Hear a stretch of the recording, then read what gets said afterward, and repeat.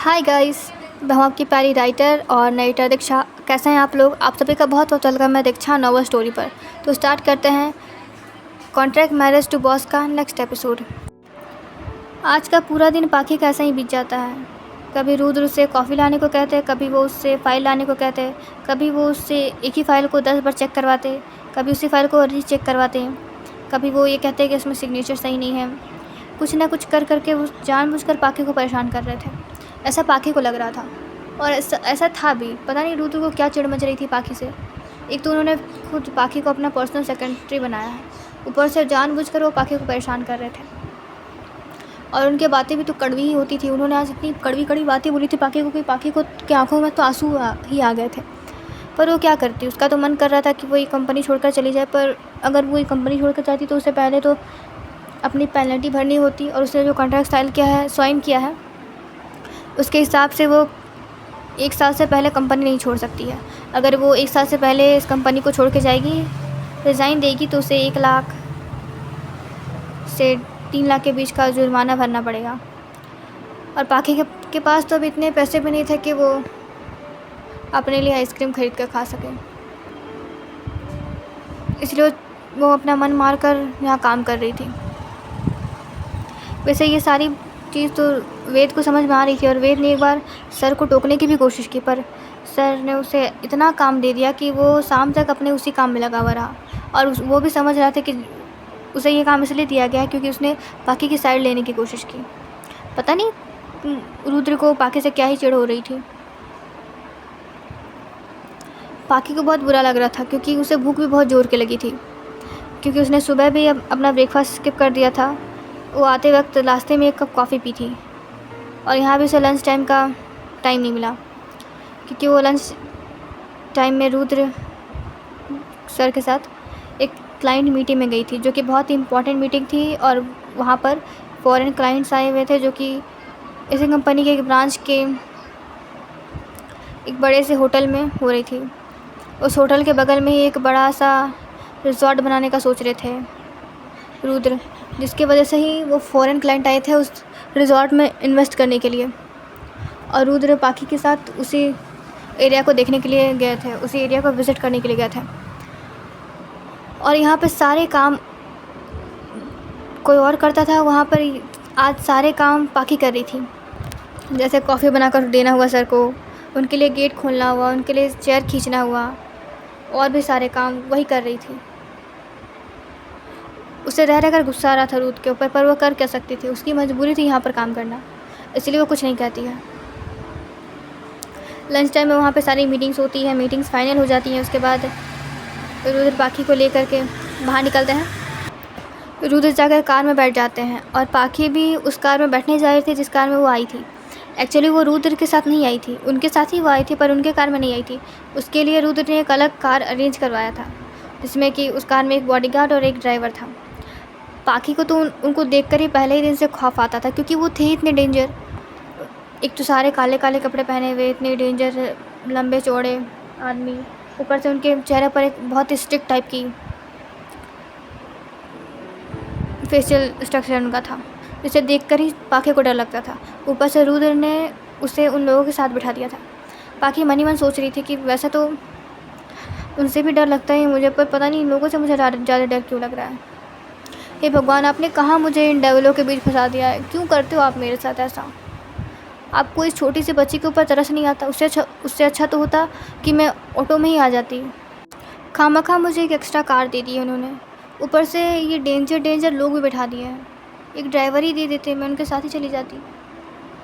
हे भगवान, क्यों करते हो आप मेरे साथ ऐसा? कितना डर लग रहा है मुझे इन लोगों से।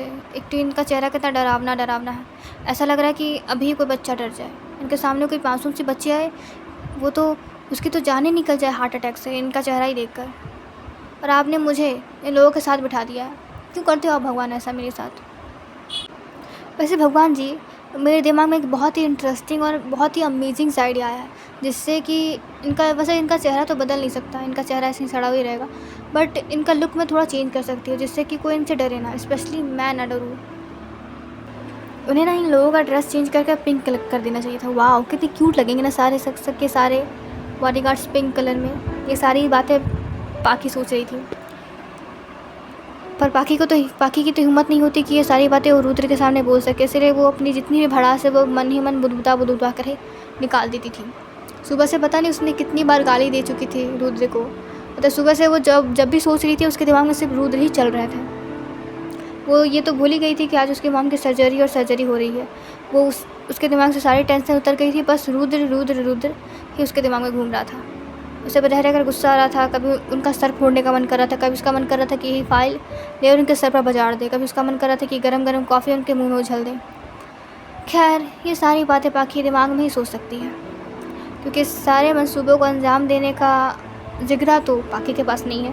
क्योंकि उसे पता है कि अगर उसने ये सारी बातें उसके दिमाग में जो बाहर भी निकल गई और मिस्टर रुद्र प्रताप सिंघानिया को पता भी चल गया कि कोई उनके बारे में ऐसा कुछ सोच रहा है, या भगवान, क्या ही करेंगे भगवान रुद्र प्रताप सिंघानिया उनके साथ। इतना कहकर पाखी हंसने लगती है और दोनों ड्राइवर पाखी को अजीब तरीके से देखने लगते हैं। पाखी अपना ध्यान भटकाने के लिए बाहर की तरफ देखने लगती है और वो लोग भी अपनी काम में देखने लगते हैं। इधर पाखी खड़ी होकर सोच रही थी कि क्या कहा सर ने। हेलो, मैं तुमसे बात कर रहा हूँ। जी सर। वहाँ कहाँ जा रही हो? जी कार में बैठने। अब पाखी मनी मन सोच रही थी कहीं सर ये तो नहीं बोलेंगे आओ मेरे साथ मेरे कार में बैठ जाऊँ। नहीं भगवान, मुझे उनके साथ कार में नहीं बैठना। उनसे अच्छा तो मैं इनके साथ ही बैठ जाऊँ, मुझे कोई फ़र्क नहीं पड़ता। बहुत क्यूट है ये। मैंने सुबह जितनी भी बातें बोली वो सारी बातें मैं वापस लेती हूँ। यू नो व्हाट ना भगवान, मैं कुछ भी बकती रहती हूँ तो मैं तभी भी मैं कुछ भी बोल रही थी। ये बहुत क्यूट है भगवान, बस प्लीज़ इनके दिमाग से ये बात हटा दो कि मुझे इनके साथ बैठना है। मुझे इनके साथ नहीं बैठना है। कम से कम इन लोगों के साथ आई तो मैं ज़िंदा तो थी। इनके साथ बैठूँगी तो मेरी सांस ही बंद हो जाएगी। भगवान प्लीज़, गलती से मैंने छींक मार दी तो, या फिर अगर मुझे हंसी आ गई किसी बात पे तो ये तो मुझे चलती कार से बाहर फेंक देंगे। पता नहीं रहते रहते पाखी कहाँ ही खो जाती थी, किसी दुनिया में चली जाती थी पाखी। जबकि सामने वाला उससे बात कर रहा होता था और वो कहीं और ही खोई हुई रहती थी। यहाँ से तुम अपने घर चली जाओ, वैसे भी ऑफिस टाइम ऑफ हो गया है। क्या? मैं घर चली जाऊँ? तो हाँ, तो घर तो जाना ही है। Okay sir. फिर पाखी उसकी कार में बैठने वाली थी। मैंने कहा घर चली जाओ, कार में कहाँ बैठने जा रही हो? तुम्हें क्या लगता है कि मेरी कार तुम्हें तुम्हारे घर तक एक प्रिंसेस ट्रीटमेंट की तरह तुम्हें छोड़ कर आएगी? नहीं, तुम्हारा काम ख़त्म हुआ, तुम्हारा ऑफिस वर्क ख़त्म हुआ और वो ऑफिस की सारी फैसिलिटीज़ तुम्हारे लिए बंद हो चुकी है। अब चुपचाप तुम अपने घर जाओ। ओके? पाखी का तो मुँह खुला का खुला रह जाता है। रुद्र आराम से अपनी कार में बैठ कर निकल जाता है। क्या इस इंसान ने मुझे बीच रास्ते पर छोड़ दिया?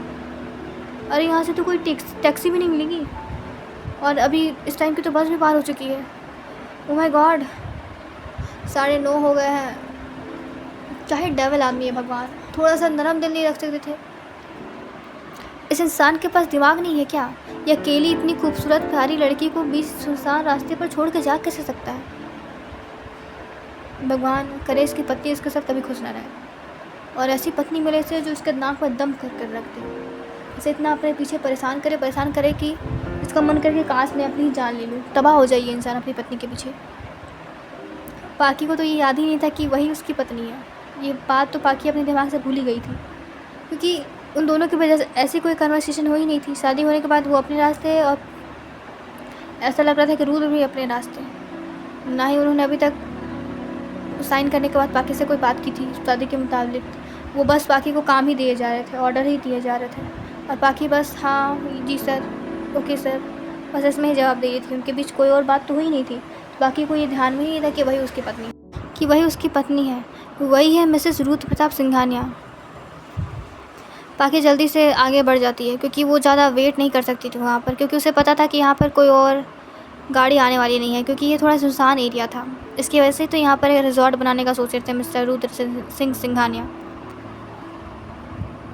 पाखी आगे बढ़ती है। कुछ रास्ते के बाद उसे एक ऑटो मिलती है। उस ऑटो पर बैठती है वो और हॉस्पिटल के लिए निकल जाती है। कुछ देर में वो हॉस्पिटल पहुँच जाती है। हॉस्पिटल में पहुँचने के बाद वो उस ऑटो ड्राइवर को उसका पेमेंट करती है और हॉस्पिटल के अंदर चली जाती है। वो हॉस्पिटल रिसेप्शन पर अपना नाम दर्ज करवाती है और हॉस्पिटल में जाकर अपने मॉम के वार्ड के पास जाती है तो वहाँ देखती है कि प्रिया बैठी हुई है वहाँ पर।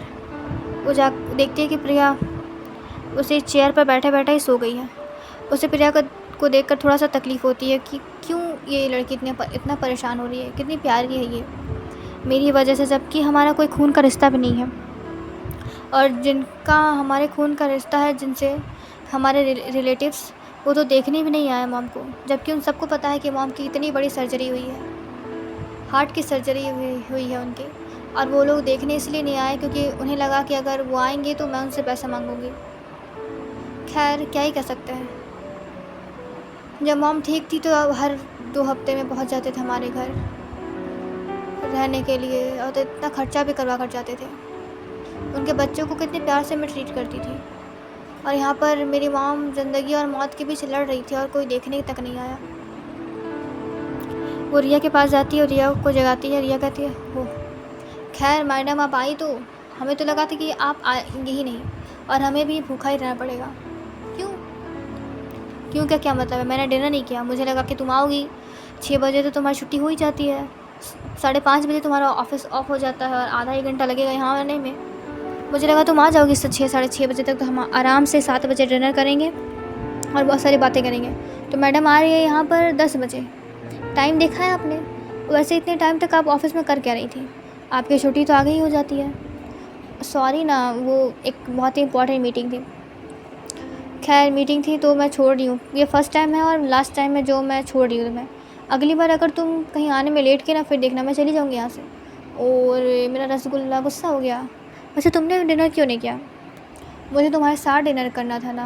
मुझे पता है तुम दिन भर अकेली रहती हो, इधर से उधर भागती हो, ऑफिस में भी इतना सारा काम करती हो, फिर यहाँ पर अकेले डिनर करोगी तो मुझे अच्छा नहीं लगता। इसलिए मुझे लगा कि मुझे आ जाना चाहिए और तुम्हारे साथ कुछ टाइम भी स्पेंड कर लूँगी, मैं कुछ बातें भी कर लूँगी। बहुत दिनों से हमारी बातें नहीं हुई हैं। हाँ, टाइम ही कहाँ मिला है हमें अपने आप को देने का। कुछ दिन से इसी में तो बिज़ी थे हम लोग। अच्छा मेरी गुलाब जामुन, अब सेंटी मत हो। जा पहले मुँह हाथ धो, उसके बाद आकर हम डिनर करेंगे, उसके बाद बैठ कर बातें करेंगे।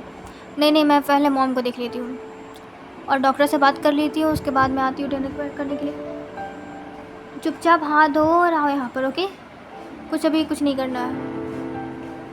मैं देख ली हूँ आंटी अभी सो रही हैं, उन्हें होश नहीं आया है। उन्हें 24 घंटे के लिए ऑब्जर्वेशन में रखना पड़ेगा, उसके बाद उन्हें होश आएगा।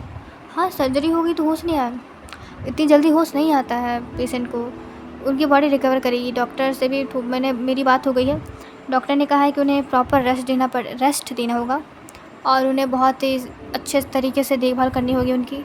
उन्हें इन्फेक्शन से दूर रखना पड़ेगा, जर्म्स कीटाणु से दूर रखना पड़ेगा। उन्हें बहुत अच्छे तरीके से केयर देना पड़ेगा, बिल्कुल छोटे बच्चे की तरह। हाँ, वो तो हम लोग कर देंगे। हाँ, वो हम लोग मिलकर कर लेंगे। और उसके बाद तुम अभी डिनर करो, उसके बाद तुम जाकर डॉक्टर से बात करें ना। वैसे डॉक्टर अभी किसी और पेशेंट को देखने में बिज़ी हैं, तो तुमसे मिल भी नहीं पाएंगे, तो तुम टाइम वेस्ट क्यों करोगे वहाँ पर जाकर? उससे अच्छा आराम से डिनर करो, थोड़ी देर रेस्ट करो। अभी डॉक्टर आएंगे, तुम उनसे बात कर लेना अच्छे तरीके से, फिर आराम से निश्चिंत हो जाना।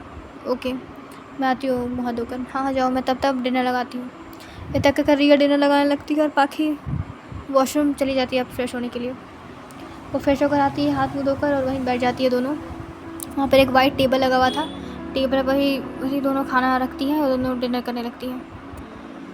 वैसे तो पाखी का मन कर नहीं रहा था डिनर करने का, पर वो क्या करती, पापी पेट, उसे भूख बहुत ज़ोर के लगी थी। वैसे उसे भूख बर्दाश्त भी नहीं होती थी, पर उसने कितने मेहनत से भूख बर्दाश्त की थी और उसे कभी ऐसा फील भी नहीं हुआ था, क्योंकि उसकी मॉम हमेशा उसे पेट भर के खाना खिलाकर ही कहीं भी भेजती थी।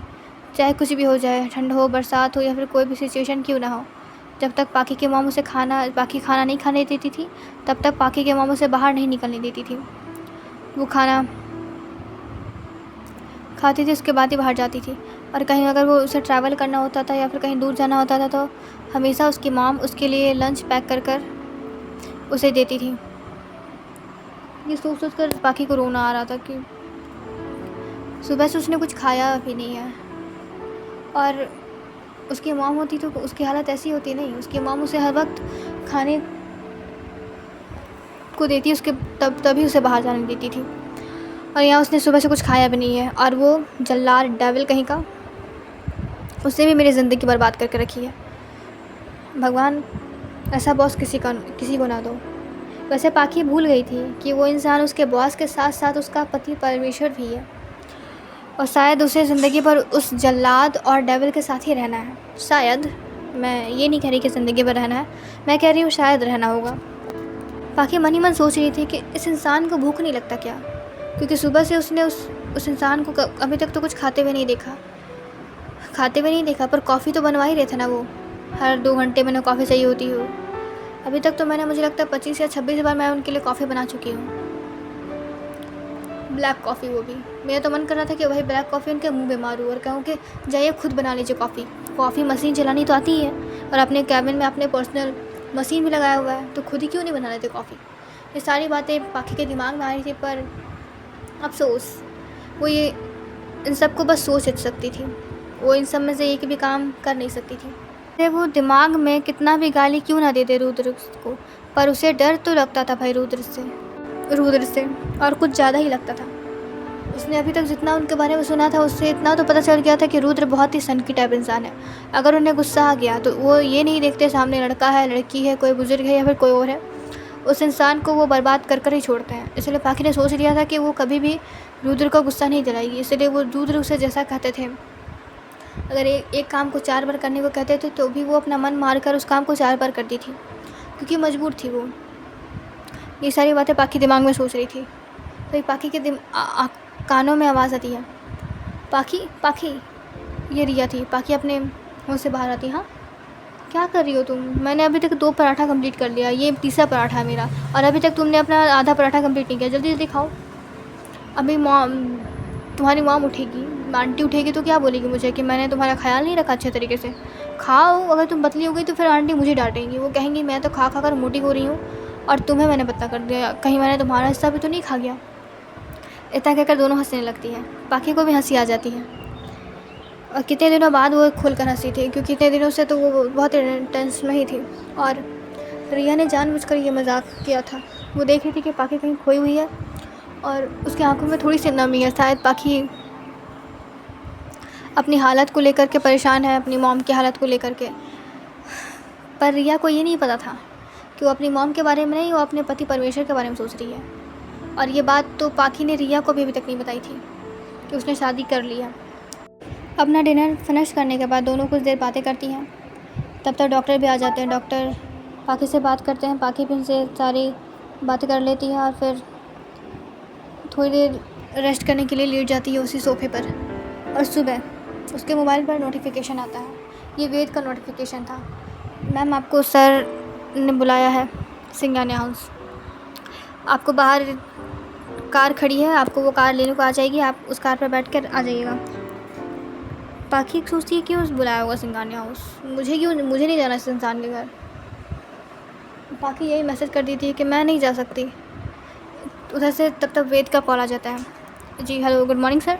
गुड मॉर्निंग मैम आपको जाना ही पड़ेगा, सर ने कार भेजी है और सर का ऑर्डर है, मैं डिनाई नहीं कर सकता इस ऑर्डर से। प्लीज़ मैम आप समझिए ना मेरी बात को। और आपने शादी तो इसलिए की थी ना, और आफ्टर ऑल आप दोनों हस्बैंड वाइफ हैं, तो आप दोनों को साथ तो रहना पड़ेगा ना। पाखी सोचती है मनी मन कि क्या साथ क्यों रहना पड़ेगा। ये बात तो पाखी ने सोची ही नहीं थी कि शादी के बाद उसे रुद्र के साथ रहना पड़ेगा, तो उसकी मॉम के साथ कौन रहेगा। अब पाखी सोचने पड़ जाती है कि अब क्या करे वो, अब वो अपनी मॉम का ख्याल कैसे रखेगी। उसे डॉक्टर ने तो कहा था कि उनका बहुत ही अच्छा तरीके से ख्याल रखना पड़ेगा, उन्हें बहुत ही केयर में रखना होगा, ऑब्जर्वेशन में कुछ दिनों तक उन्हें रखना होगा। वो क्या करेगी, वो रुद्र के साथ उनके घर में तो नहीं रह सकती थी। फिर भी वो अमर मार कर बाहर निकल जाती है और उसी कार में बैठकर सिंघानिया मेंशन के लिए निकल जाती है। कुछ देर में सिंघानिया मेंशन आ जाता है। ये बहुत ही सुनसान इलाका था, इधर ज़्यादातर घर नहीं थे, वो जो भी थे वो बहुत ही बड़े बड़े घर थे। देखकर साफ साफ पता चल रहा था कि ये कॉलोनी अमीरों की कॉलोनी है। पाखी बाहर निकलती है, वो देखती है एक बड़ा सा महल जैसा मेंशन है।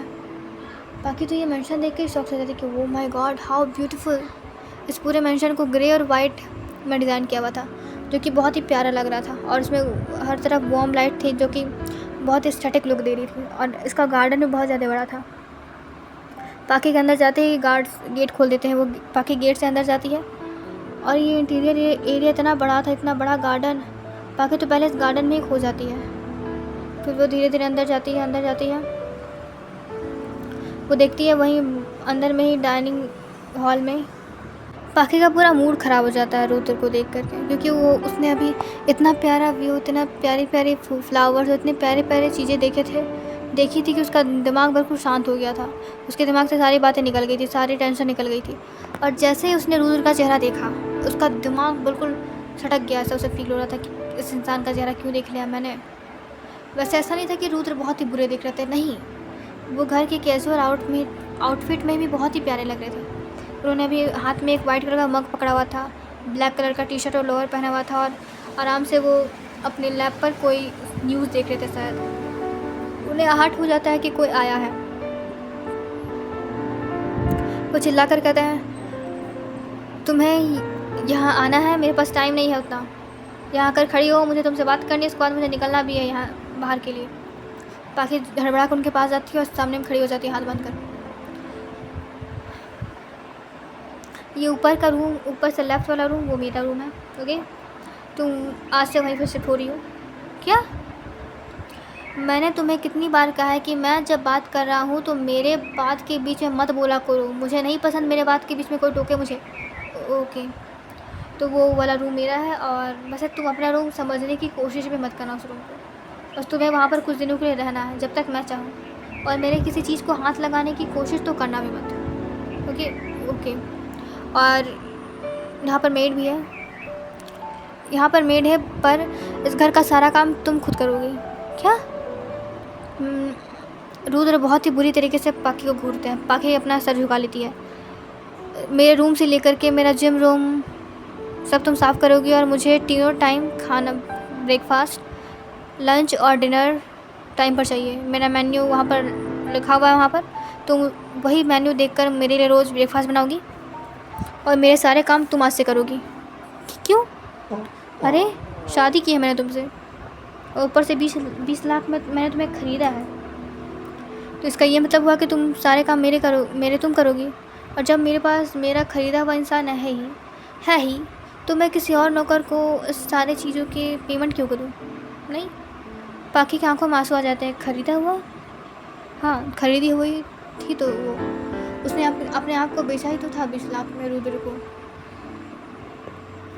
पर उसने नहीं सोचा था कि रुद्र ऐसे इतनी आराम से ये सारी बातें कह देंगे।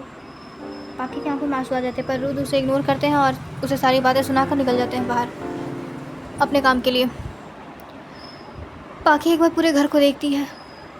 पूरा घर सुनसान, शांत, यहाँ तो बहुत शांति थी, पर एक अजीब टाइप की शांति थी, क्योंकि पाखी कभी भी ऐसे घर में रही नहीं थी। उसका घर तो था 2 रूम का, वैसे तो वहाँ 3 रूम थे आराम से, पर इतने दूर रूम नहीं थे। अगर बगल वाले रूम से कोई किसी को कुछ कहता तो वो आराम से बात कर सकते थे 2 अलग अलग रूम में बैठकर भी। और यहाँ तो इतना बड़ा घर है कि इंसान को यहाँ से वहाँ, अगर कोई इंसान दिख भी रहा है, उस इंसान को कुछ कहना हो तो उसे बहुत ही ज़ोर से चिल्ला कर कहना होगा, या फिर उनके पास जाना होगा। इतना बड़ा घर था ये, और यहाँ पर कोई नौकर भी नहीं। मतलब क्या उसे इस घर के पूरे सारे काम खुद करने होंगे? काम करने से उसे प्रॉब्लम नहीं थी, वो सारे काम कर देती। बट जब रुद्र ने कहा कि रुद्र ने उसे ख़रीदा है, ये बात उसे बहुत ज़्यादा हर्ट की थी।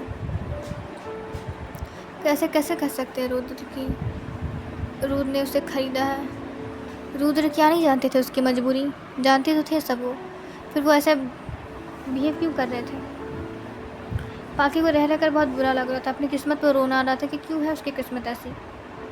उसने ऐसा तो नहीं सोचा था शादी के लिए कि वो ऐसे इंसान से शादी करेगी जो इतना सर्द मिजाज का होगा, इतना सर्दिया टाइप का इंसान होगा। खैर करती भी क्या पाखी, अब तो उसकी किस्मत लिख चुकी है, और खुद अपने हाथों से उसने अपनी किस्मत बर्बाद की है। पाखी सीधे उस रूम में जाती, जिस रूम में उसे रुद्र ने जाने को कहा था। वो जैसे ही इस रूम में एंटर करती है, वो देखती है कि बेड के सीधे ऊपर एक बहुत ही बड़ी सी पेंटिंग लगी हुई है, जो कि बहुत ही ब्यूटीफुल है। वैसे तो वो किसी इंसान की पोर्ट्रेट है, और पर पाखी को समझ भी नहीं आता कि ये किस इंसान की, जिस इंसान की भी है, ये बिल्कुल हाथ से बनाई हुई पेंटिंग है। Wow, how beautiful painting. पाखी जब सामने जाती है, वैसे इस रूम में थोड़ा अंधेरा था, क्योंकि यहाँ पर सिर्फ वार्म लाइट जल रही थी, जो कि अच्छे तरीके से क्लियर नहीं थी। पाखी लाइट ऑन करती है, वो देखती है कि ये पेंटिंग रुद्र की है। Wow, how beautiful. वैसे रुद्र तो थे ही इतने हैंडसम, और इस पेंटिंग में तो वो कुछ ज़्यादा ही हैंडसम लग रहे थे। उन्होंने इस पेंटिंग में ब्लैक कलर का शर्ट पहना हुआ था, जिससे कि उनके ऊपर के 2 बटन खुले हुए थे, और उनके हाथ की आस्तीनें भी मुड़ी हुई थी कलाई तक, जो कि बहुत ही अट्रैक्टिव लग रही थी। ये पेंटिंग ऐसे लग रही थी कि जैसे कोई इंसान जीता जागता पाके के सामने खड़ा है, और वो इंसान अपनी प्यारी प्यारी आँखों से पाके को ही देखे जा रहा है। उनकी वो प्यारी प्यारी ग्रे आँखें, पंखुड़ी जैसे गुलाबी होंठ, लंबी नाक, इतने ब्यूटीफुल आईब्रोज, आँखें, पलकें, चेहरा, हर चीज़ बिल्कुल परफेक्ट। बाकी सोच रही थी कि क्या ये इसी सड़े इंसान की पेंटिंग है। वैसे ये पेंटिंग की किसने होगी, जिसने भी की है बहुत ही ब्यूटीफुल पेंटिंग है। पाखी की नज़र ही नहीं हट रही थी उस पेंटिंग से। पाखी को पता ही नहीं चलता कब वो 2 घंटे तक उस पेंटिंग को निहारते हुए वहीं खड़ी रह जाती है। जब पाखी को ध्यान आता है, वो क्लॉक में टाइम देखती है कि क्या मैं इतनी देर से इस डेविल की पेंटिंग को क्यों देख रही हूँ। पाखी अपना ध्यान झटकती है और उस रूम को ध्यान से देखने लगती है। वो रूम बहुत ही बड़ा था और बहुत ही ब्यूटीफुल रूम था। वो रूम बहुत ही क्लासी लग रहा था। उस रूम में ग्रे, वाइट और ब्लैक के कॉम्बिनेशन का पूरा रूम था। पूरा रूम का थीम यही तीनों कलर में था। या एक्स्ट्रा कोई और कलर नहीं थे। कर्टन भी सारे ग्रे ग्रे थे। अब बाकी देखती है यहाँ बालकनी भी है। वाह, हाउ ब्यूटीफुल बालकनी। बालकनी से बाहर जाती है तो उस बालकनी से व्यू इतना प्यारा लग रहा था। आसपास तो एक तो घर नहीं थे, और एक दो घर थे, उसके आगे सिर्फ जंगल ही जंगल, हरियाली ही हरियाली। दूर कहीं पेड़ दिख रहा है। इतना प्यारा आसमान। आसमान में भी बहुत ही प्यारी धूप खिली हुई थी, जो कि बहुत ही प्यारी लग रही थी। और वाइट वाइट बादल, पूरी ज़मीन हरी, और अगर बगल इतने ब्यूटीफुल फूल। बाकी सोच रही थी कि ये इस डेविल का ही घर है ना। पूरे घर को तो इसने ऐसे भूत बंगले की तरह काला काला बिना रंग का घर है। और ये गार्डन इतना ब्यूटीफुल। क्या इन्होंने ही ये सारे फूल लगवाए हैं? नहीं, हो सकता है इनके नौकरों ने लगाए होंगे। पर बहुत ही ब्यूटीफुल है ये गार्डन, क्योंकि वो गार्डन था ही कितना खूबसूरत। उस गार्डन में हर तरह के रोज़ लगे हुए थे। बहुत सारे गुलाब के ही फूल थे वहाँ पर। बाकी को लग रहा था कि जिसने भी लगाया है उसे लगता है रोज़ बहुत पसंद है। हर तरफ रोज़, और बहुत ही डिफरेंट टाइप के रोज़। बाकी को ऐसा लग रहा था कि बागान ही पूरा रोज़ का है, क्योंकि वहाँ पर हर कलर के रोज़ थे। यहाँ तक कि ब्लैक कलर के भी रोज़ थे वहाँ पर। पाखी ने अपनी ज़िंदगी में कभी भी ब्लैक कलर के रोज़ तो देखे नहीं थे। पाखी को वो बहुत अट्रैक्टिव लगता है कि वाह, ब्लैक कलर के रोज़। क्या ये रियल रोज़ है या फिर किसी ने सिर्फ कलर किया? नहीं, कलर तो नहीं किया होगा, शायद रियल ही है। पाखी का मन करा था कि वो उस रोज़ को जाके छुए, पर वो नहीं छू सकती थी। अभी तो उसने इस घर का पूरा काम भी करना है।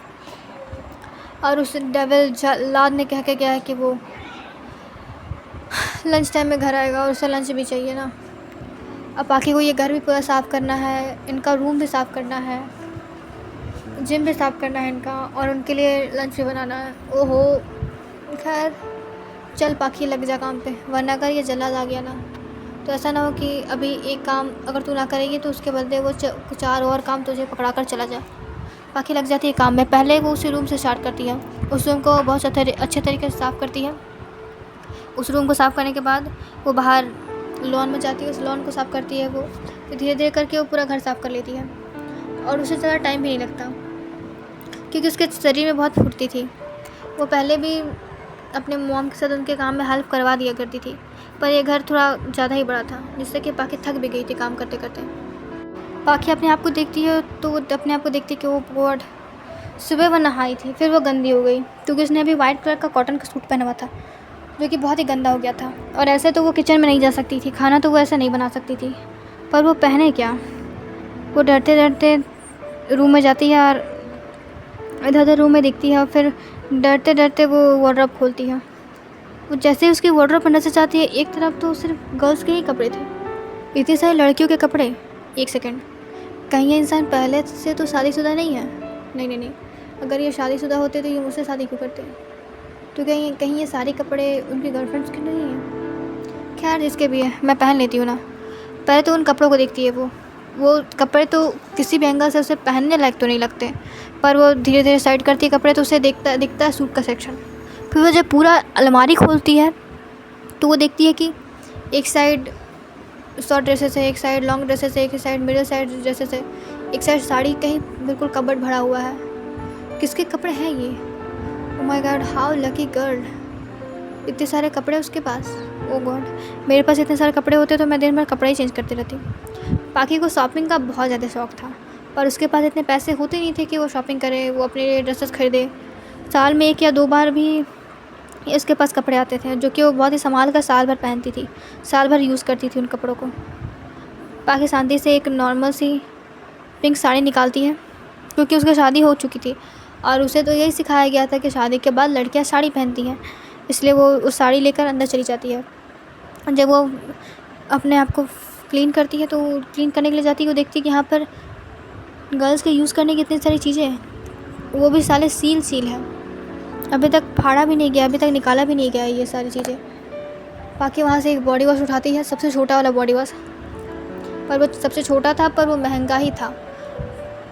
यहाँ में तो सबसे कम दाम कम पाखी को ही लगता है, पर बाकी के लिए वो भी महंगा ही था। पर क्या करती, अब वो रुद्र के बॉडी वॉश से तो नहा नहीं सकती थी, इसलिए वो बॉडी वॉश वो लेती है और नहाने लगती है। नहाकर फ्रेश होकर बाहर निकलती है और वहाँ पर देखती है कि वो वहाँ पर गर्ल्स का बाथरूम भी रखा हुआ है, वो भी उसके साइज़ का। वो बाथरूम पहनती है, आराम से साड़ी पहनने लगती है। जब वो साड़ी पहनती है वो देखती है कि साड़ी के सारे जो ब्लाउज़ और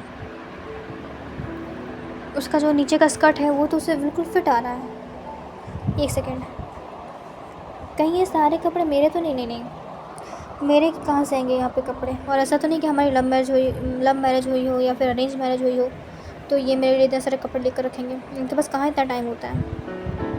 उनके पास इतना टाइम तो हुआ नहीं कि ये कम से कम पूछ ले कि मेरे मॉम के हालत के बारे में, तो उनके पास इतना टाइम कहाँ होगा कि ये मेरे लिए शॉपिंग करें। शांति से पाखी वो सारे कपड़े पहनती, सोचती है कि हो सकता है जिस लड़की के ये सारे ड्रेसेस हैं वो भी मेरी तरह ही, उसका फिगर मेरी तरह ही होगा। पाखी के दिमाग में एक बात आती है, कहीं ऐसा तो नहीं कि इनकी कोई जो फर्स्ट वाइफ थी वो मेरी तरह दिखती थी, या फिर उसकी बॉडी का स्ट्रक्चर मेरी तरह था, इसलिए इन्होंने मुझसे शादी की है। ओह गॉड, मैं सेकंड वाइफ हूँ? नहीं, मैं तो आज तक एग्ज़ाम में भी सेकंड नहीं आई, तो मैं किसी की वाइफ सेकंड कैसे बन सकती हूँ? नहीं भगवान, आपने जो कहा किया मेरी लाइफ में मैंने सब सह लिया। मैं ये नहीं सह सकती भगवान कि मेरे पति ने पहले किसी और से शादी की है, उसके बाद उसने उस लड़की की तरह मैं दिखती हूँ इसलिए उसने मुझसे शादी की है। नहीं, पाखी मत सोचो ये सारी बातें। वैसे तो पाखी ने ये सारी बातें अपने दिमाग से निकाल दी थी, पर ये सारी बातें पाखी के दिमाग में ही चलती जा रही थी। पर वो क्या करती, वो स्टॉप भी नहीं कर सकती थी इन बातों को, पर वो इन बातों को इग्नोर करती है और शांति से अपना ड्रेस चेंज करती है, अच्छे तरीके से साड़ी पहनती है और ड्रेसिंग टेबल पर जाकर अपने आप को देखती है। अभी नहाने की वजह से उसकी स्किन बहुत ही ग्लोइंग लग रही थी और उसका मंगलसूत्र भी बाहर दिख रहा था। पहले तो उसने फुल स्लीव कुर्ता पहना था जिसकी वजह से उसके मंगलसूत्र दिख नहीं रहा था, अभी वो मंगलसूत्र साफ साफ दिख रहा था। अभी पाखी को रियलाइज़ होता है कि हो मेरी शादी हो गई है, वो भी एक contract marriage to my devil boss. खैर पाखी, वैसे तो वहाँ बहुत सारे मेकअप के सामान थे पर वो पाखी मेकअप नहीं करती है। एक नॉर्मल सा लिप बाम उठाती है, वो भी अपने लिप पर लगाती है और अपने बालों का स्निक खुले छोड़ देती है। वहाँ पे हेयर ड्रायर रखा हुआ था, पर उस हेयर ड्रायर को देखकर ही पाखी समझ गई थी कि ये बहुत ही ज़्यादा एक्सपेंसिव है और अगर ये ख़राब हो गया तो पक्का रुद्र उसके ऊपर गुस्सा करेंगे। और रुद्र ने तो साफ साफ ही कहा है कि वो उनकी चीज़ों को हाथ ना लगाए, तो उसे इन चीज़ों को छूना नहीं चाहिए।